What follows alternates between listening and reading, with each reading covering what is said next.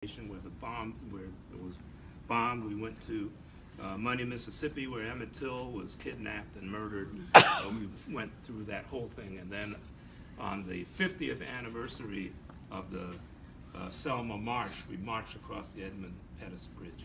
That's because Mike Milder had previously done it, and he told me about it and said, this is an experience that you need to have for your life, and that was well worth it. And we SJ met with my wife, and we've had dinner together since then, and we've become part of what we call the beloved community, which is a community of citizens. And I see Eric over there, the Dean of Citizen University. Thank you for being here. So Mike, as a citizen of the world and as part of our beloved community, I thank you.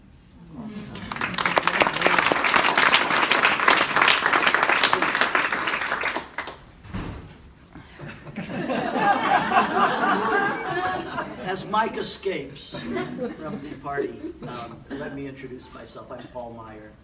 Mike and I were high school classmates. We began to do things together in junior high school, correctly pointing out. He wants the records that I assume are digitally maintained here to be completely accurate. I'm constantly asked, what was Mike like in junior high school? My answer to that question is... What did he like to wear? I'll get to that, Jeff. My answer to that question is that he was an emerging, fledgling Mike Milder. He had an extraordinary wry sense of humor.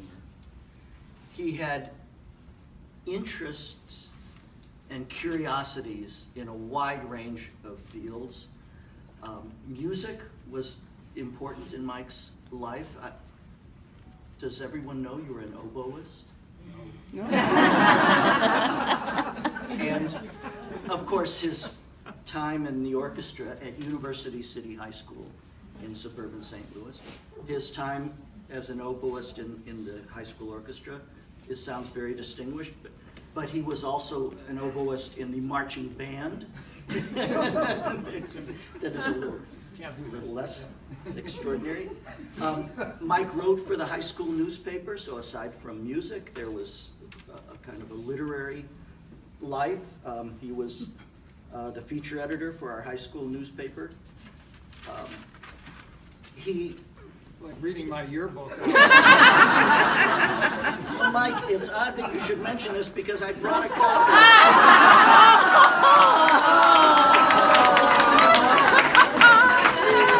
Oh my God. We rehearsed this for hours.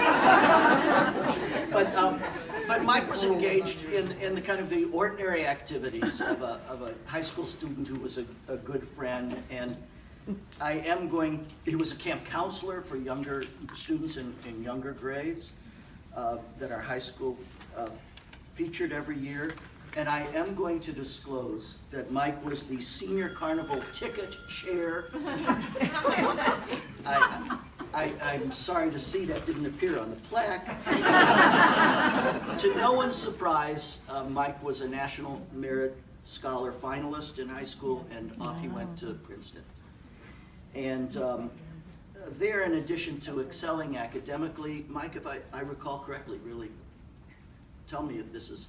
So Mike was a stringer for other publications outside of Princeton, including the New York Times, writing articles about Princeton for the New York Times.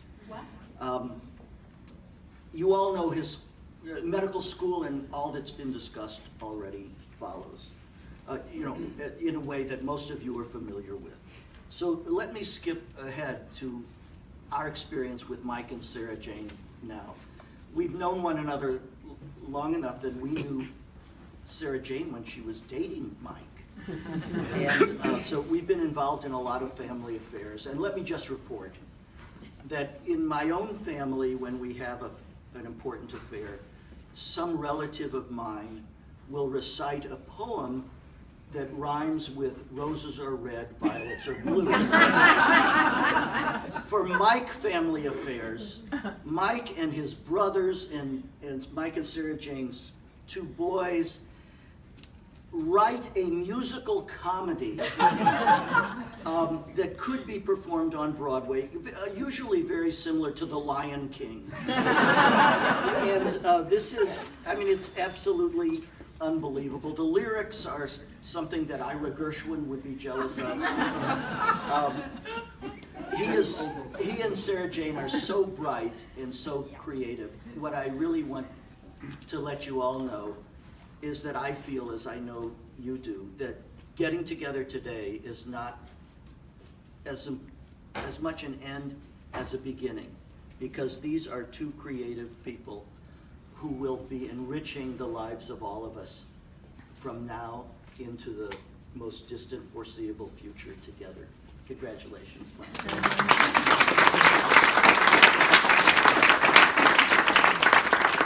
Yes. I would love to say something. So many people want to talk. My name is Janae, and I've been a patient of Dr. Milder's for over 7 years, I think. And I want to speak to the environment and the people that he has drawn to him and what they've done for all of us. Yeah. You, Mindy, Heidi, Judy. It's extraordinary. Extraordinary. I feel like they're my friends. I stop by and see them sometimes just to say hi. And not all doctors' doors are open. Dr. Milder's door, especially in his swanky new office, old office, is always open. And one day I just needed a hug and came up and saw him and his beautiful staff and got what I needed from them. So I just really appreciate how you radiate what you know, which is how to listen to people. You listened to me so well. Thank you. And you've supported me so much. And another thing you might not know about Dr. Mulder is I really hope to see you in the gospel tent at the New Orleans Jazz Fest. It's too loud. But we share a love for the Jazz Fest. I'll bring the earplugs, okay? SJ, yeah. We'll be there. We haven't met, but I love you too. So Dr. Mulder, thank you so much.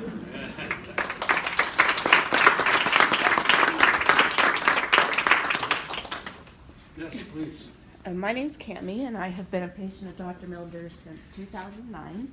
I think we had a little rocky start because I came in as a medical writer and did all this research and had literally pages of questions. And he patiently sat there and answered everyone and assured me that I was getting the right treatment. And he was so right, because it's not just about the chemicals, and the staff is such a key point to how well we're all treated, and he surrounds himself with the best, including everybody here at Swedish.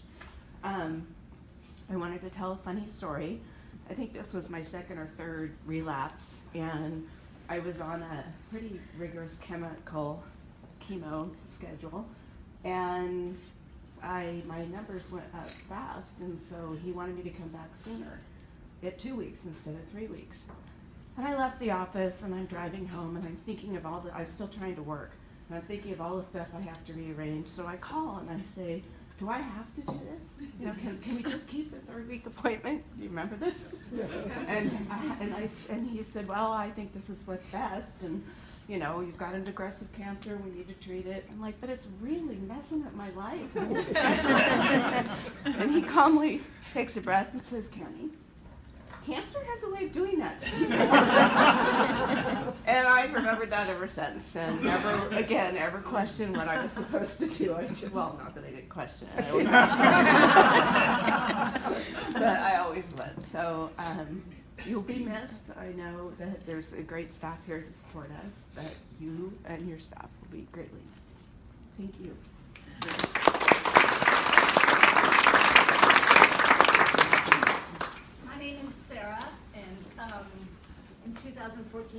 diagnosed with follicular lymphoma, and after 2 different rounds of treatment, my cancer transformed, I think that's the right word, to a type B diffuse, whatever. And when he told me in his office, I absolutely collapsed on the floor. I thought I was done and I was doing well, and I collapsed on the floor. I was in tears. I was just a mess. But Dr. Mike has a way of knowing who to call in for help. He called in Heidi. He called in Carolyn. He called in Aowen. He called in all the girls. He knew that I needed a lot of support, and he just sort of stepped back and said, "Take care of it, girls." He knows who to call in for backup when somebody collapses. And but I've now gone through stem cell transplant, and it's been a year, and I'm in complete remission. And thank you.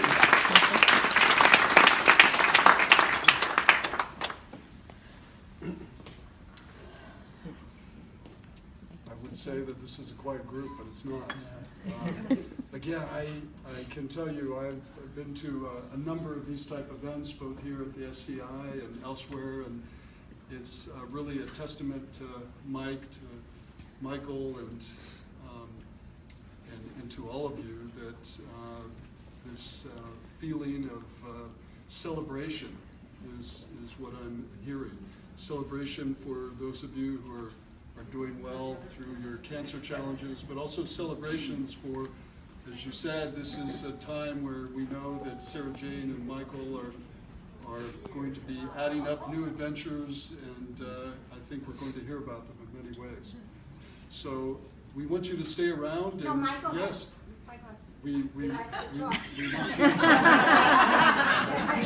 you to for sure after Michael's comments, and for a while with those, but How'd you know? I want you to, those of you who haven't had a chance to speak, please stay around, and there'll be plenty of time to talk. And again, we want to thank everyone. But I want to end what I have to say by emphasizing the role that Mike has played at this institution. And institution sounds very sterile. The role he's played in this community, the culture that he and Hank and Gary and Aaron and Saul and Ed and the list can go on, have helped create. And the younger folks who have joined us more recently really can appreciate that. That's why they're here, because of people like Dr. Milden. So Michael, good luck, and we wish you the very best, and the floor is yours.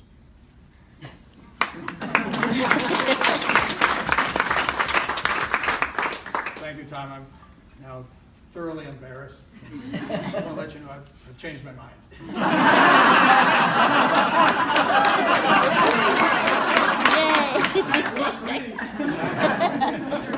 No, there's no turning back. I've given all my patients away, but I want to make a few remarks. But before I do, I need to explain the fine threads, because this was a surprise.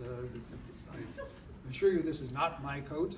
I don't dress like this in public. But, my dear college friend, Don, wore this because we had our 50th college reunion in the spring, and everybody wears these outlandish uniforms. It's sort of a leveling kind of thing.